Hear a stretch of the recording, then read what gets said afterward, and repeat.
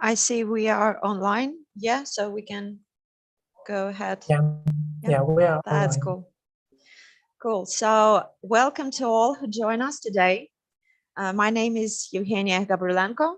I'm curator of contemporary art projects, but today I will be the moderator of this event. Let me remind you why are all we here today. We are opening the second pavilion of the European Digital Art Fair. The first pavilion was the Ukrainian pavilion. You can find links to the digital space on our social media. And the works by Ukrainian artists from that pavilion are available for purchase.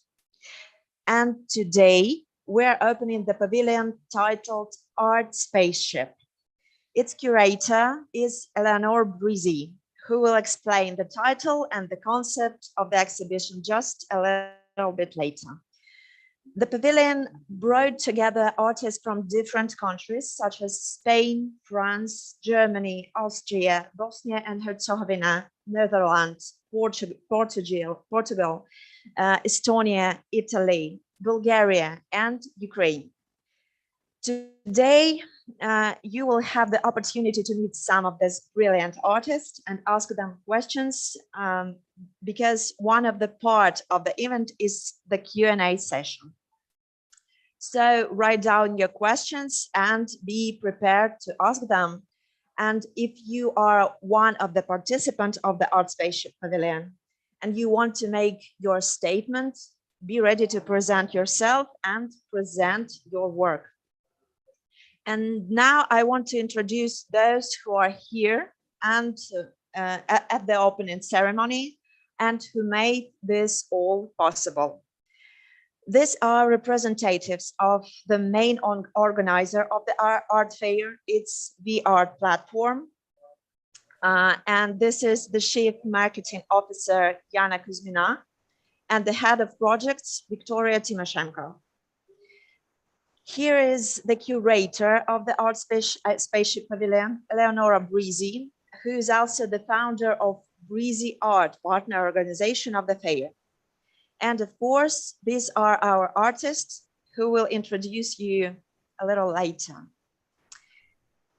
And our live broadcast is run by Alexei Haveluk, social media manager. The first people I want to give the floor to are the V-Art platform representatives. And please, Yana, the floor is yours. Thank you so much. I will just, the main person today is our curator, Eleanor, and I will only quickly introduce our V-Art projects. This is not the first digital project we are doing. It's already, we have done lots of them, and we are very happy that you participating and you joined us today. What the art platform is about digital art assets. Just recently, we relaunched our web platform, and we have done already several really great NFT collections, and there are new upcoming collections. They are doing actually lots of digital art talks within our V-Art lab and a lot of our projects. And please join our social media, join our platform, write me if you want to build a collection or maybe project together. I will be very happy to get new partners, to get new contacts, and do together, invite you for the next talks, for the next events, and basically the next very big event, which is upcoming already this weekend. Sorry for the advertising, it's just a great time. So within this Arco Lisbon, we are doing a really great offline event. There will be worldwide digital artists, NFT artists, galleries, collectors are present. And we also will present a collection of our Ukrainian artists there, and they will speak about their collections. So this is a very my heart project. So welcome to participate and just stay with us. And I'm very happy that you joined us today. Thank you very much, Yana. And Victoria? The floor is yours. Thank you so much. Hello, everybody. I'm Victoria. I'm head of projects at V-Art. I'm really glad to see you all with us today. And I'd like to mention that the Art Spaceship project is a project which has its own history. And a year ago, we launched the Art Spaceship with the international exhibition. And now we are reconceptualizing it. So the Art Spaceship was elaborated and developed by the Art Platform in the collaboration with TAtchers Art Management. And the first exhibition was curated by Anna Shvets. And today, Elenora Brizi took under her curation the exhibition held there. And I'm really glad to open it today. Yeah, that's it. Thanks. Thank you. Thank you. And we go to the main part of our event. Now it's time to find out about the Art Spaceship Pavilion. But before its curator, Elenora Brizi, reveals the meanings, I want us to fly through the exhibition quickly to have an image of what we are talking about. Alexei, show us the video, please.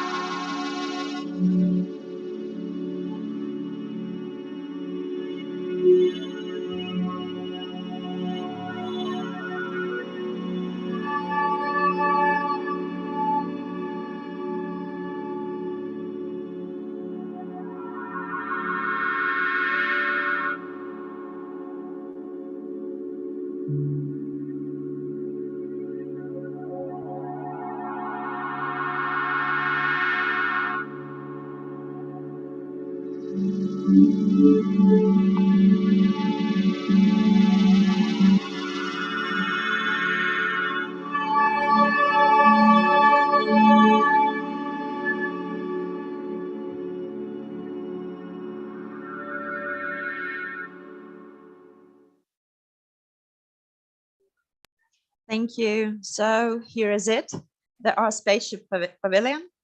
And now, Eleonora, tell us, please, what is the exhibition concept and on what basis the work were collected aboard this digital spaceship? The floor is yours. Hello, everyone. Thank you. It's always nice to see. I was just in love with the video. I mean, obviously, I went around the space after it got installed, but it's always nice to see the final show together. Yeah, so I'm so happy that I was asked to curate this art spaceship that at the beginning I was like, what is this? And then I realized that it's an actual, even like as you could see from the video, like an actual spaceship designed with different sectors, we call it, from sector A to sector E. And, you know, like even it was even fun to put all these art pieces inside such a very, very special VR virtual space. And then I read about the concept, like the general concept of this spaceship. And I was like, okay, let's see how I can get around this. But of course, first I wanted to see the work. So I selected 31 works. It was so many artists and so many works. So at the beginning, I was like, I have to. It's always like difficult to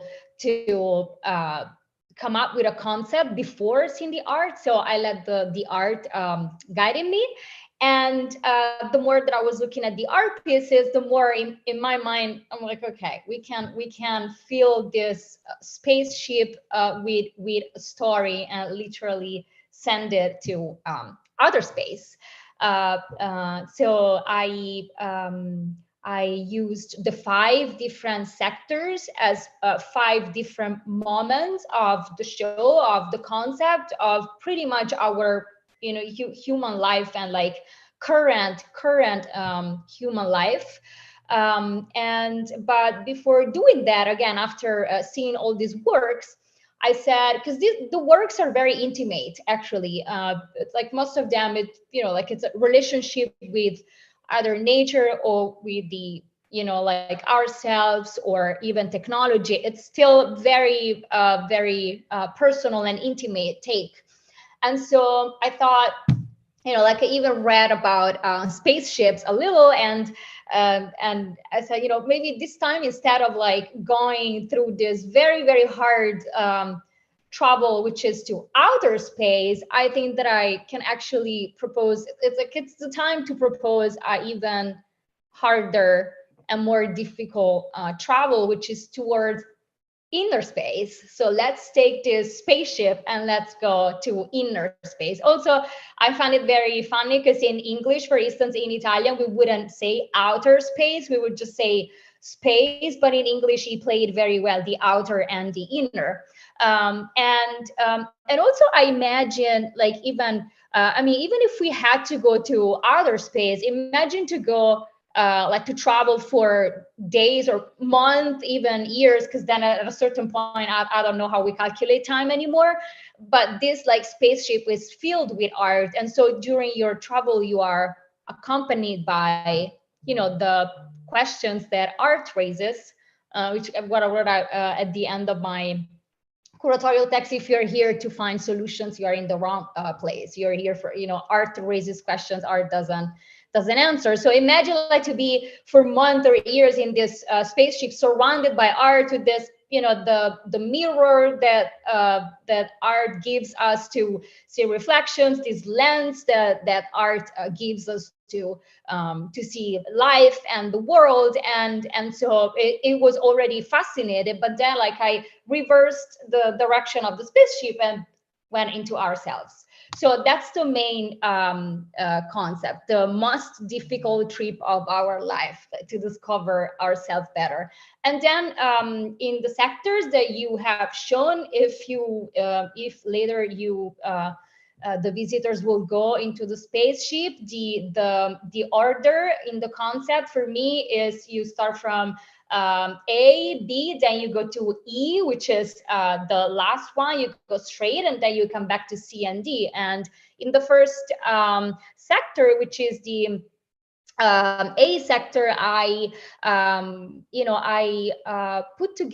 gathered together, I exhibited art pieces that somehow are related to nature. Why? Because nature and roots is obviously where everything begins. And also there are other pieces that talks about urbanization, like urbanism, and even destruction, probably, of cities, of environment. And so I asked myself, like, okay, we are in the room of progress, technology, urbanism, but also nature. So the roads, and what is our relationship with nature right now?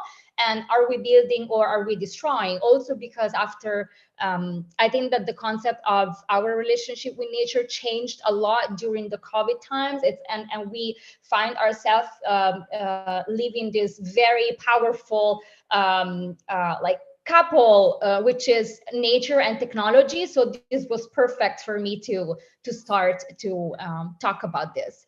Then if you go to the sector B, it's where I picked these art pieces to go inside our inner self. And the question also related to current times, to what happened because of COVID, after COVID, and even in this very specific historical time.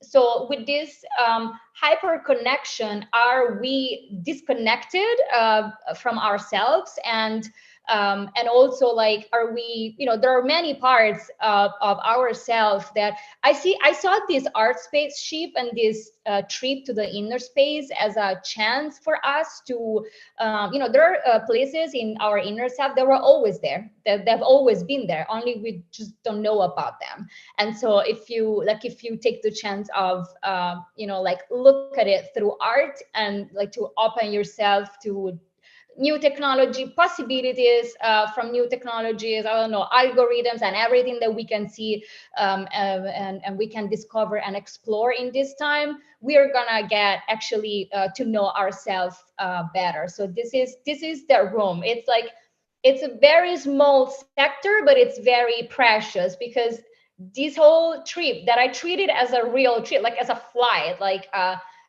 fasten your seatbelts and go and give yourself a chance to discover yourself better and humanity. And then we actually go to the sector E, which is about humanity. It's about human condition. If you look at the pieces in the sector E, which is the last one that it was shown, there is these art pieces are about literally memories, isolation, disconnection, oblivion, solitude, blindness, absence, and so they're about the human condition. Now the question is, are we ready to evolve, like to move together in the collectivity, to evolve as human species? So it's almost like an overview on how like our condition is, and try to take the hope, move on together, and go to the sector C, which is where technology and nature, which was the dichotomy that we were talking about at the beginning, finally merged. In fact, we see like this, I believe it's called metaphors. It's this creatures, digital insects, create new creatures, like even like new biological creature, which is the hope and the representation of our place right now between nature and technology, the roots and the progress, the tradition and the modernity. It's like the past and the future cannot live without each other, and hopefully they merge like they did in this room. And then of course we have the last room, which is I believe the sector D, and no, it's a sector C, and it's the it's the room of the hope. So the room of the future, everyone is talking about digital humanism. And so I asked myself, it's either digital humanism, but maybe it's also human digitalism. We cannot divide anymore. And if you look at the art pieces in the last room, you'll see really it's all videos, and they take us into the future. They take us in what it could be, from drones to privacy to something more hopeful, to everything that you can explore in the future. So I hope that this path that I've done in my mind makes sense to you. This for me really represented possibility with a spaceship to explore through art who we are. And as I said, like, I hope that each visitor will enjoy the travel, the trip, the flight, and the way that I leave it in the end is like, yes, if you came here because you were looking for answers, you will be disappointed, because art only raises questions, but we are here for that. So that was the concept of the show. Thank you so much for your amazing presentation and for your great work. Thank you. I think we can ask our auditory, maybe someone have special questions for our curator.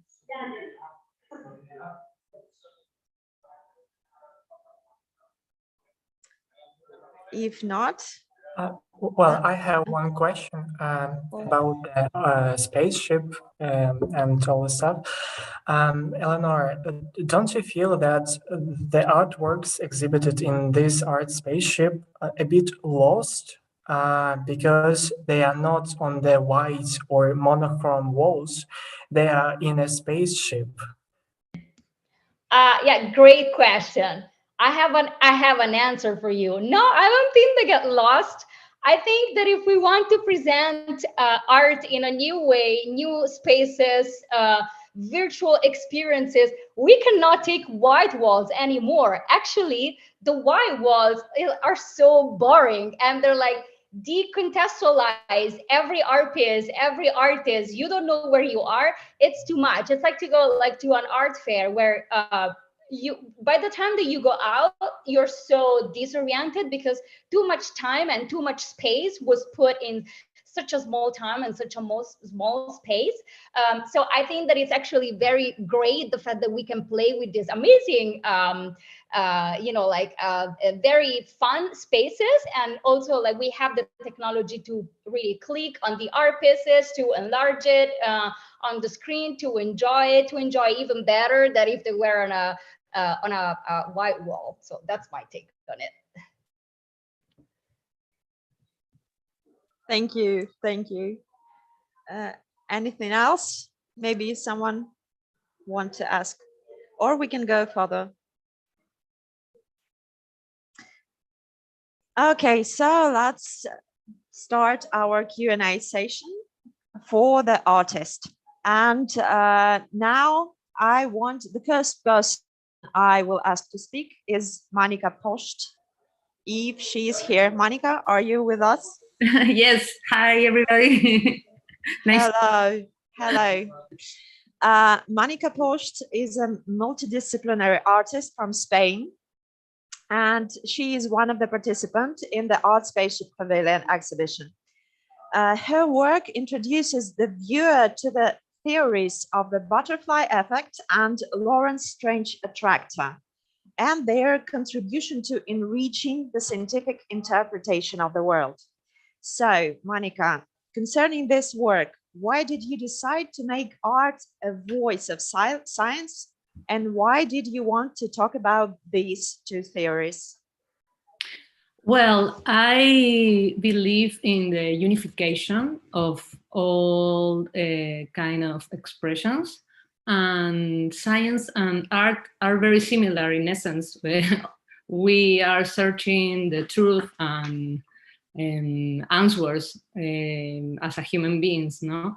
So that's why I'm interested in the unified science theories. And the chaos theories like butterfly effect and Lorentz attractor talk about how an apparently disordered system actually responds to a supra order that we cannot understand now, but we can feel it, we can perceive it, we feel that there is another things that we cannot understand, but we are part of.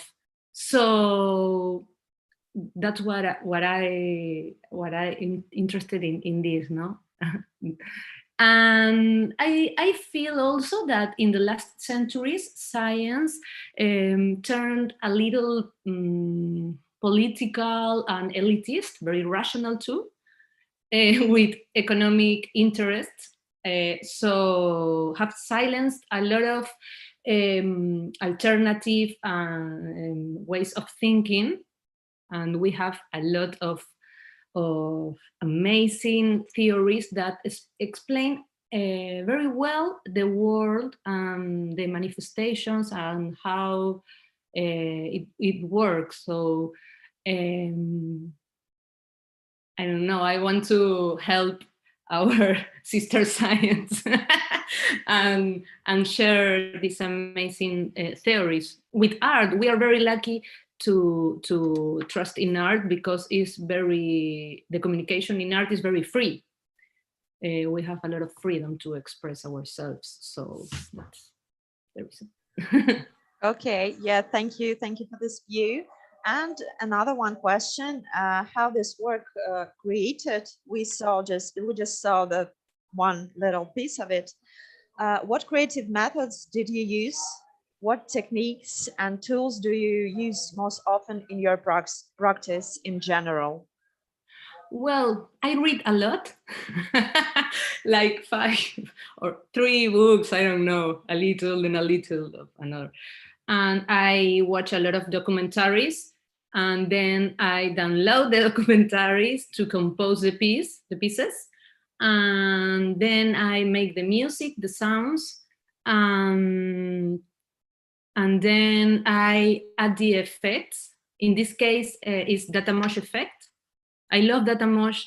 I love the distortion effects because all the people think that is like a noise and distort the image, but I feel that is that distortion reveals and discover a real essence of the essence of the elements, like color and forms, and I love the abstraction of figurative. So that's what I use, this kind of effects, and this is my process, creative process. And about the essence, what do you personally see as the essence and challenge of the art today? Well, I think that we have to work together, all the human beings, all the in all the ways, science, art, I don't know, philosophy, all. And I think that also we have to manifestate concepts with the mind, but through the heart. It's very important to be very honest with what we feel. So trust in your heart. Thank you. Thank you. Thank you. It was Monica Post. And maybe, I don't know, maybe someone of our viewers have additional questions special for Monica.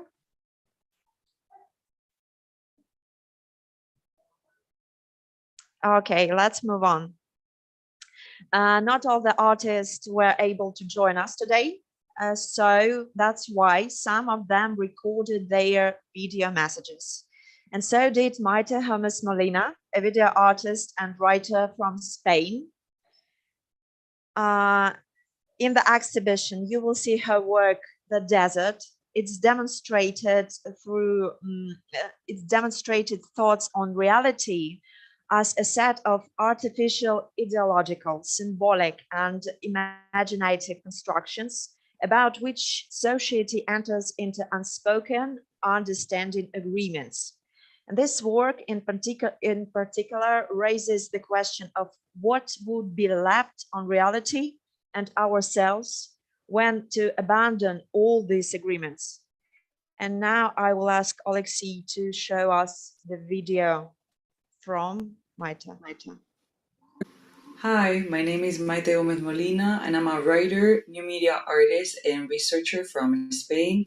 First of all, I would like to thank the whole European Digital Art Fair community, their organizers, and my fellow artists, and the people who with I share the pavilion in this event. Thank you so much for organizing this. I have been asked by the amazing curator of this pavilion to answer some questions, and since I cannot attend in real time this event, I will probably watch it when it's recorded online. First, they asked me about the desert, the piece that I present in the Art Space Pavilion, and I want to say that the desert is a very, very important piece for me. It took me a very long time to make. It's a 15-minute 3D video poem or visual essay about the image and the power of images upon identity and our bodies and ourselves. I chose this topic to be portrayed in the desert because the desert is a place that in various religions, in various myths and different cultures, it is a place where people go to find truth and to find themselves. And for me, it was important to use this space where there's also no images, or at least for now, there's no images, no commercial ads, no paintings, no representation. So nothing is represented in the desert. And this causes the brain to make up for that void of images and make people hallucinate. So for me, this is very interesting because we live in a time where we are surrounded by images everywhere, starting with our phones that we have in our hands all day, and in a world populated by visual orders of how we should behave, how we should look like and be. For me to think about images and a body that is made of mirror that enters a desert and tries to find a new way to see and a new way to be is a very important subject that I think that 3D can help explore. The body is a very important topic in my work, as you could see from the desert, and it's something that goes across all my pieces. And this is for two main reasons. The first reason is because I think the body is at the core of every political oppression, whether it is because you are a woman, because you are someone from a race other than white, so you suffer from racism, whether you suffer from homophobia or transphobia, all those phobias and hateful actions are based on bodies that differ from a standard notion of a body that we have. And I think in a moment where we are so different and we have to embrace that diversity, the body is somewhere where we can come to share. It's a place of common experience, and we can open a space for dialogue through the body and the experiences and the traumas of the body, and create a community based on dialogue and vulnerability. So the body is very important for me because of that.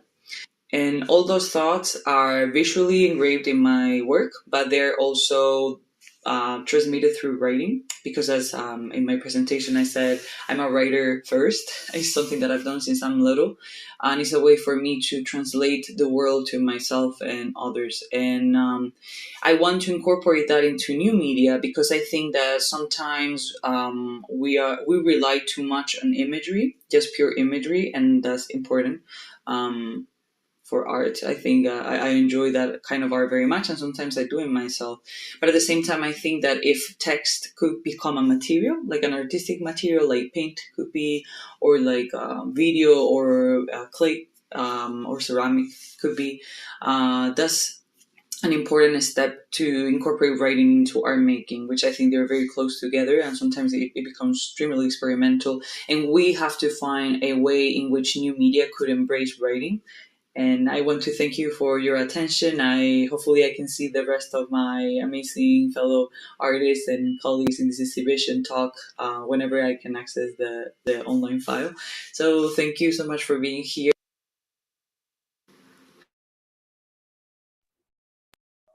Thank you. And we can move on.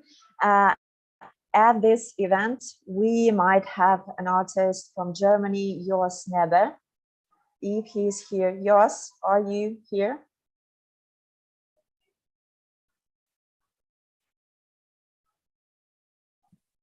Can you hear me? Yeah, hello. Hello. We have your work at the pavilion presented in the Art Spaceship, and it's titled "Leaving a Message in Unofficial Way." I think for me it was a little bit hard work to understand. So let me see if I understand the main point of your work correctly. The economy is a kind of carnival that equalizes all actors and transform the social communication system to its needs so severe that we begin to leave each other with incomprehensible message. That's what I understood. And we are talking about the economy structuring the ways of messages transfer, or even further, we are talking about economy structuring our language. Tell us more about this, please. Okay, it's when we try to communicate in different languages, we have a body language, we have a fashion language when we wear some clothes. We have a visual language and verbal language, and even some subgroups of society do have their special languages, so to say, or their codes. And the more a group is united, the easier, well, the easier to understand is their language. For example, a brotherhood of Carnival here in the Northwest, they are wearing special costumes, masks. The whole group wear all the same costumes and masks, which are representing a special character. And each little town, each little village has its own characters.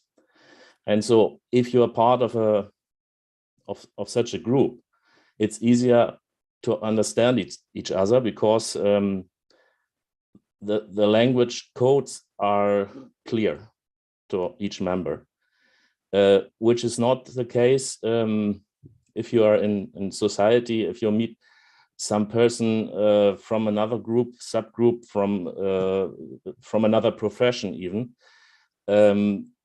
their languages for doctors, legal languages, I don't know, business languages, which are subcodes, which helps this group to define themselves from the rest of the society.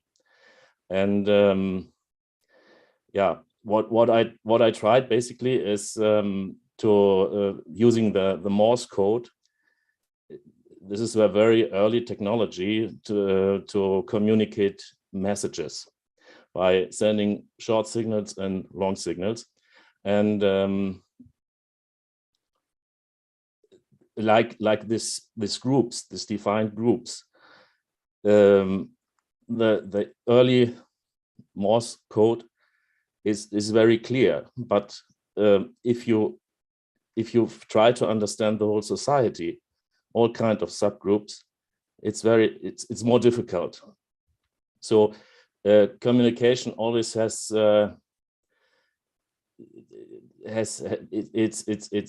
limited to some basic knowledge you have about the language of the subgroups or of a profession, of a special profession or so. Mm-hmm. Okay, Alexei, maybe we can show a little piece from this artwork to our viewers.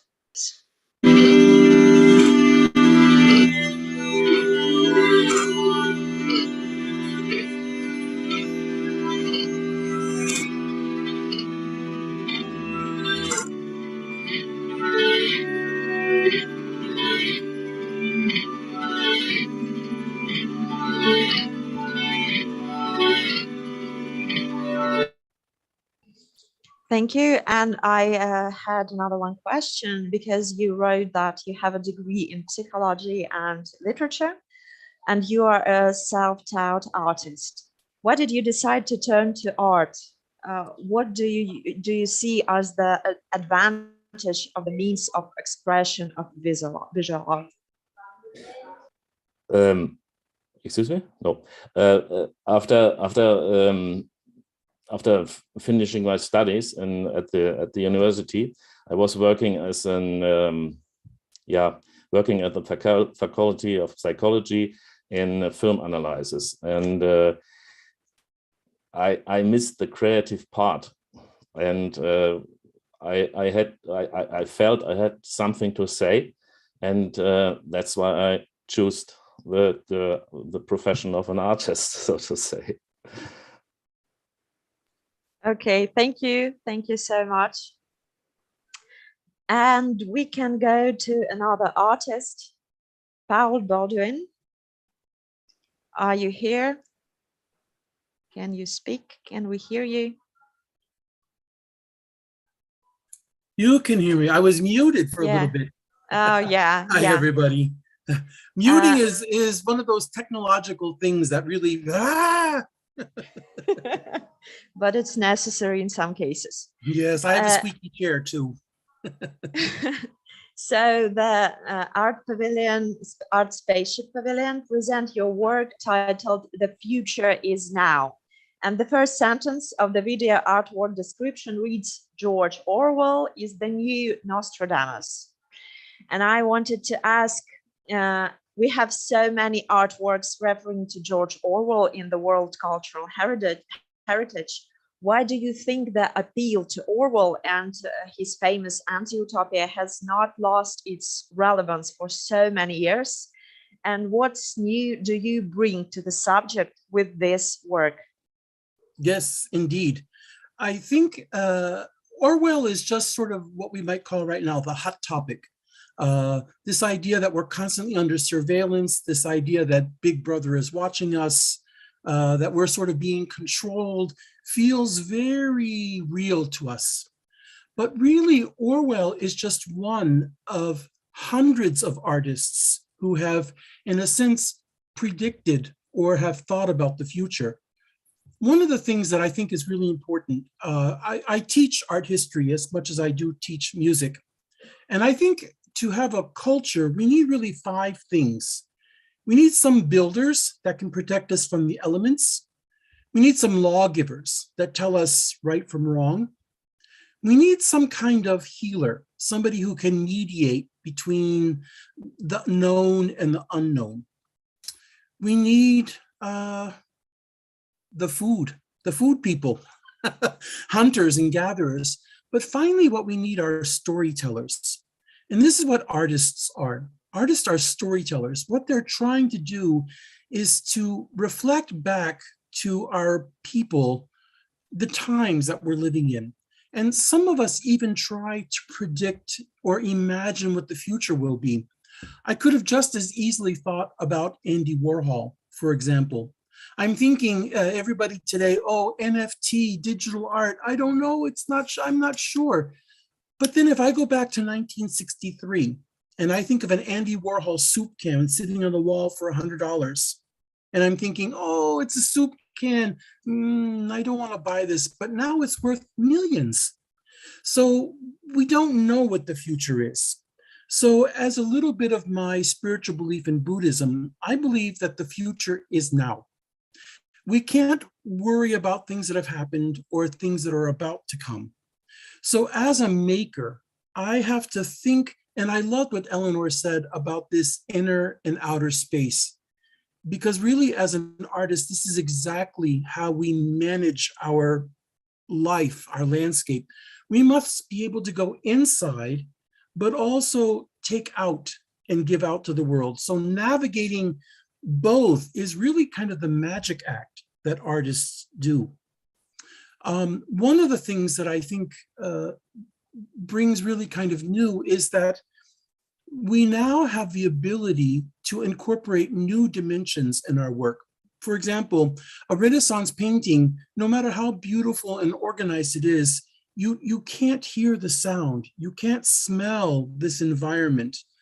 But today, we have technologies that will enable us, an artist, to conjure up things that may seem fantastic, but may very well be possible in the future. You know, there's a great quote Andy Warhol said that in the future, everyone will be famous for 15 minutes. Imagine if he saw Instagram and TikTok today. But I want to change that. And I want to think in the future, everyone will be filmed 24/7. It's a little bit different idea because one of the things that I'm really interested in is memory. And not only human memory, but digital memory.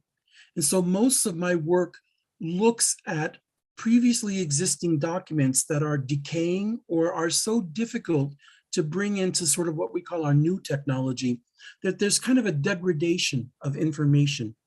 I remember when we used to have these big 5-inch floppy disks, and then they got smaller, and then we had, so the way we save things today is also changing.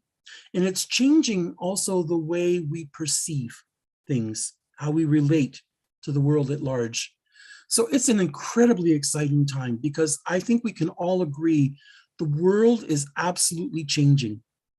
The way we are negotiating our governments, our economies, our food sources, it's being renovated.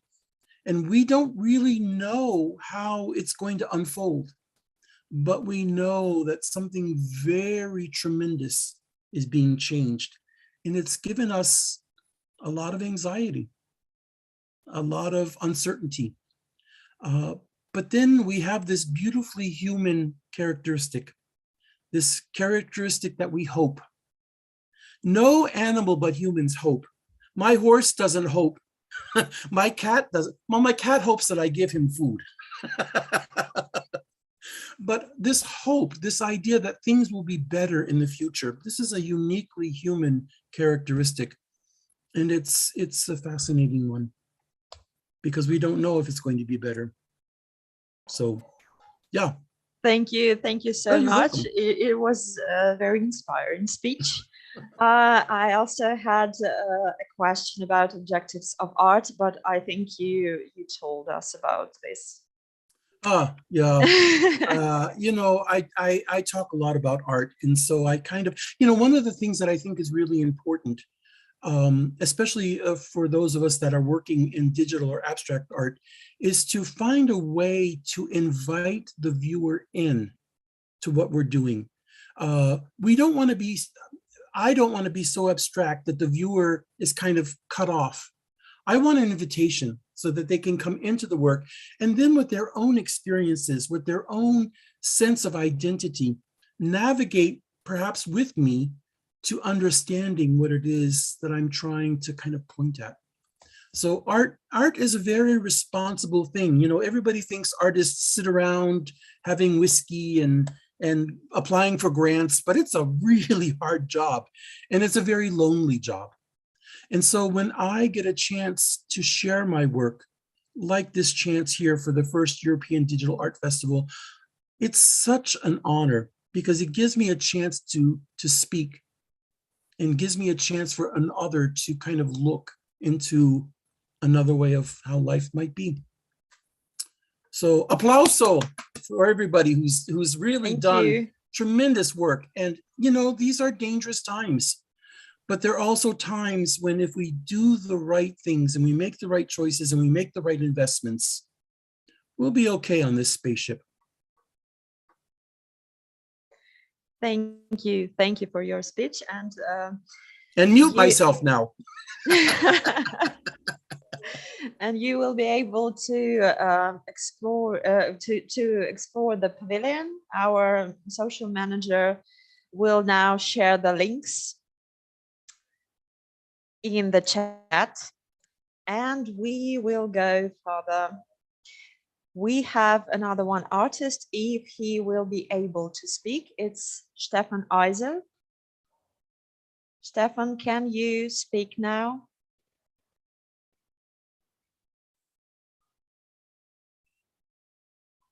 Okay, maybe not, and maybe later. And we have another one video message from Priyanka Das Raikati, and she will tell about her work, Star City Organized World. Alexei, can you please show us? Hi everyone, this is Priyanka Rajkakati, and I'm very excited to be here before you for the first European Digital Art Fair. I'll be presenting my work, a series of algorithmic art pieces called Star Cities Organized Worlds as part of the Art Spaceship pavilion. So I really welcome you here.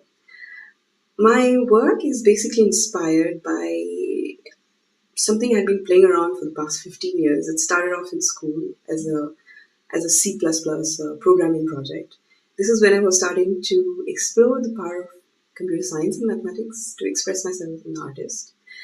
And I was playing with these equations called hypotrochoids. And what they are, so if you look at the orbit of the moon around the Earth, it's almost a circle. But if you look at its orbit around the sun, it has a form of something of this sort. So it's an example of a hypotrochoid. And now if you tweak around the parameters, you end up with a lot of these harmonious curves that, to me, it brings me some sort of peace, and which is what I wanted to share with you through this artwork.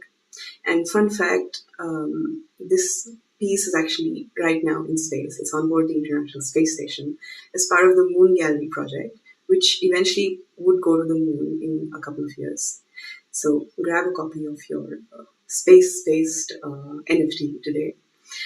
And the point of this artwork was to invite the audience to reflect on the question of, so today we have a very beautiful planet called the Earth, and humanity is trying very hard to leave it and go settle outside, find these harsh environments and live there. But as an intelligent species, we have managed to terraform so many things around us, deserts to mountains to even the sea right now.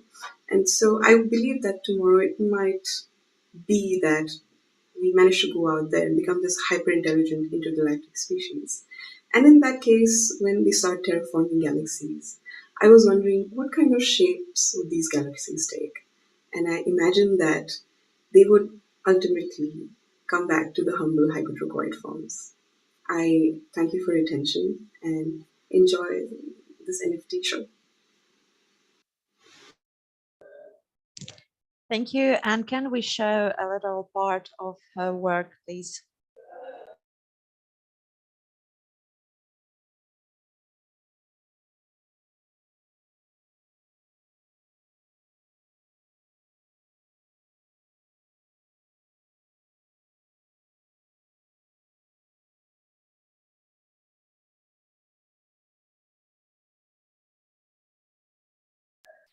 Thank you. And you will be able to see more in the pavilion. And do we have Sandrine Damier with us? Maybe.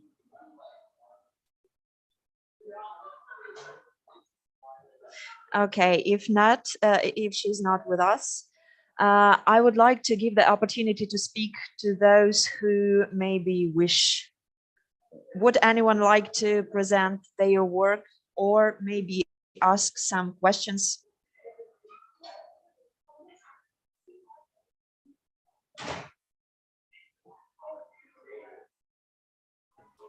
Evgenia, I would only maybe like to make a quick intro that our EDAF, it just have started basically, and the continuation will be in autumn. In autumn, we are doing a physical event in Amsterdam. So you are all welcome. Contact me. You're all welcome to our physical EDAF in Amsterdam. And I'm sure it will be a really awesome event.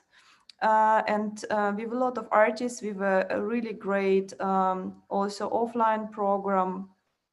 And there are also a lot of Ukrainian artists will present their artworks in Lisbon at our art event. And this artworks also available now on our NFT marketplace already. And you can go and this is, we just have started basically. So you're always welcome to our event, and thank you for joining. Thank you, Jana, and thank you all for sharing the joy of the opening with us. I don't see the questions, so I think we will go to the end now. I invite you all to explore the pavilion. You have the links. And taking this opportunity, I want to remind you all about our hard times and about war in Ukraine and how important the attention and support of everyone is to the Ukrainian people. So stand with Ukraine and have all the best. Thank you for being with us. Thank you. Thank you. Thank you.